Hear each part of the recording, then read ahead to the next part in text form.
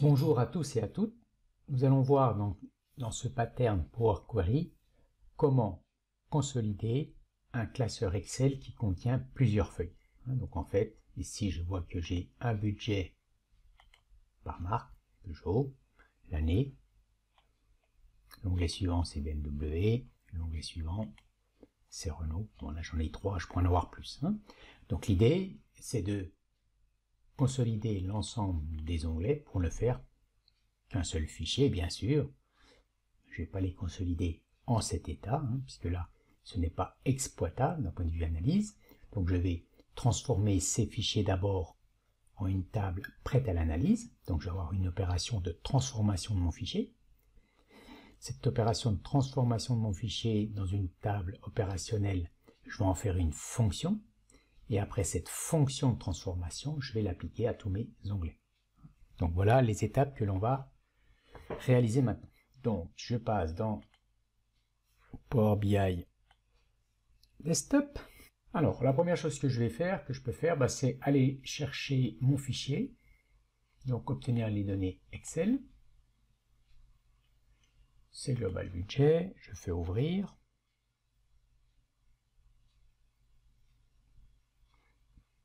Je vais dans un premier temps sélectionner une feuille, puisqu'elles ont toutes la même structure. Donc je vais sélectionner une feuille, au hasard. Bon, le hasard fait que c'est la première.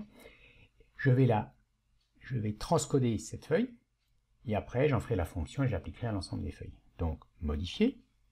Ok, donc en fait, je renomme cette étape, base, pour pouvoir la rappeler plus tard. Et là, il faut que j'isole BMW, qui est ici, colonne 1, et il faudra ensuite que j'isole en colonne 13, 2017 l'année. Donc pour isoler une cellule, on fait un clic droit dessus, et on fait un drill down. Donc là j'ai BMW, il me dit, j'ai pris la colonne 1, j'ai pris la ligne 3, mais en commençant à 0, donc la quatrième. Et si vous vous rappelez, ici, c'est bien la quatrième ligne, 2017 que je dois isoler, il est sur la même ligne, mais il est en colonne 13. Donc la seule chose que j'ai à faire, je copie, CTRL-C, j'ajoute une étape, je colle, et ici je rajoute le 3 pour faire une colonne 13 et je valide. J'ai bien l'année. Donc celle-ci, qui est la marque, je la renomme marque. Celle-ci, je la renomme année.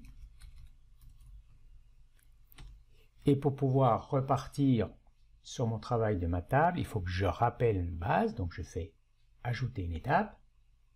Et là, je tape égale base. Et je récupère ma table que j'avais mis de côté ici. J'ai pu extraire mes deux valeurs. Donc maintenant, je peux supprimer 2, 4, les 6 premières lignes. Donc supprimer les lignes du haut 6. Utiliser la première ligne pour les en-têtes. Ici, j'ai une ligne de nul, donc fil textuel n'est pas égal à, je la supprime. Ici, j'ai le total général, la ligne en bas, filtre textuel n'est pas égal à. Là, je commence à avoir quelque chose de propre. Donc maintenant, il faut que je fasse la bascule. Donc, transformer, dépivoter les autres colonnes. Donc, il faut bien sélectionner que la première colonne. Et ma bascule est réalisée. Celle-ci, je vais la renommer concession.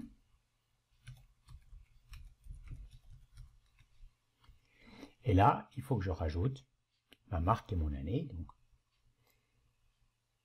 ajouter une colonne personnalisée, égale marque.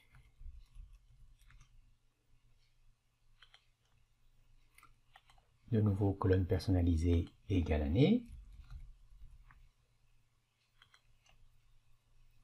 Je vais faire une date à partir de cette colonne et de cette colonne. Donc là, je transforme d'abord en texte parce que je vais concaténer. Donc il faut que les types soient homogènes. J'ajoute une colonne personnalisée. Donc égale 01 slash. Je vais mettre tout au premier du mois. Et je colle l'attribut donc qui porte le mois. et de nouveau un slash, et je colle la colonne personnalisée 1 qui porte l'année. Donc je double-clique et je valide. Je transforme en date, je supprime ces deux colonnes. Ici c'est du texte. Voilà. Donc ma transformation est terminée, hein, du moins. Voilà. Donc maintenant, cette requête, hein, qui part donc d'un état en gros initial de ce type, on arrive à la table telle que je le souhaite. Maintenant, il faut que je la transforme en fonction. Donc, éditeur avancé, accueil, éditeur avancé, let, récup et égal, j'ouvre la parenthèse, je vais déclarer là le paramètre ça va être, en fait, pas le nom de fichier, dans ce cas-là, ça va être la feuille, hein, donc je vais l'appeler feuille, puisque le but c'est de boucler après sur les différentes feuilles. Égal supérieur, le petit symbole qui veut dire que la suite c'est la fonction, je vais tout à la fin, in récup, donc le même mot que j'ai mis là, ma fonction est presque terminée, il faut juste que je modifie dans mon code ici, il faut que je fasse intervenir mon paramètre quelque part, et feuille, c'est ici, hein, en fait item égale BMW, moi ce que je vais vouloir, c'est que ma fonction, quand je vais l'appeler, il faut qu'elle remplace ça, donc je mets feuille ici, donc là ma fonction est terminée, je valide. On peut vérifier, par exemple, si ici je tape Peugeot, je peux tester ma fonction en faisant appeler, j'ai bien Peugeot. Hein, donc, je peux supprimer cette table provisoire. Ok, j'aurais pu dupliquer avant, nouvelle source, je rappelle mon fichier Excel global, ouvrir.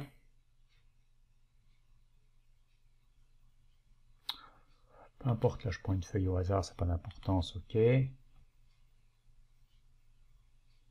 En fait, là ce qui m'intéresse c'est de récupérer la liste des feuilles, donc c'est facile, la liste des feuilles de mon fichier Excel, je modifie, je supprime ça, et si je vais sur source, je l'ai ici. Hein, donc je supprime même cette étape-là. Ici, dans source, tout simplement, là, il y a marqué feuille, un sheet.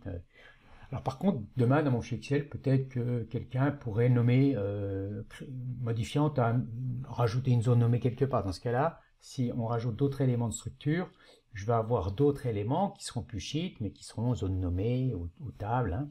Donc, pour me prémunir un petit peu, par exemple là, je peux très bien lui dire fil textuel est égal à sheet, comme ça ne gardera que les feuilles. Donc là, bien sûr, comme tout est sheet, ça ne va pas changer. Je n'ai besoin de garder qu'une seule colonne, donc supprimer les autres colonnes.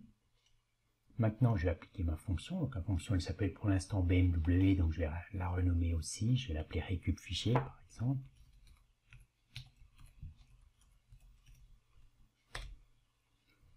Donc je me mets là.